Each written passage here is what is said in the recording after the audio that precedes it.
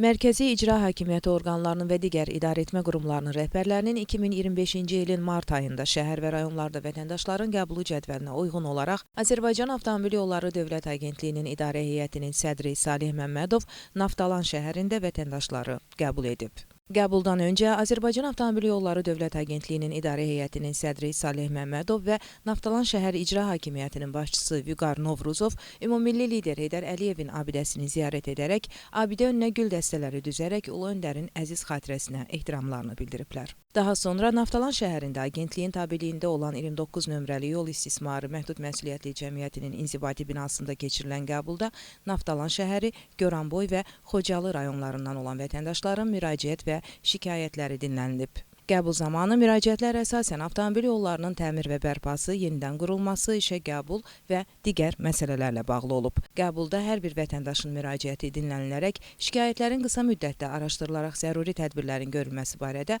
aidiyyəti struktur bölmələrinin rəhbərlərinə tapşırıqlar verilib. Vətəndaşlar tərəfindən qaldırılan məsələlərin bir qismi yerində həll olunub. Araşdırılmasına ehtiyac olan müraciətlər isə nəzarətə götürülüb. Sakinlər bölgələrdə vətəndaşların qəbulu və müraciətlərinə baxılması üçün rahat və əlverişli şərait yaradılmasından razılıqlarını dilə gətirərək göstərilən diqqət və qayğıya görə Prezident İlham Əliyevə minnətdarlıqlarını bildiriblər.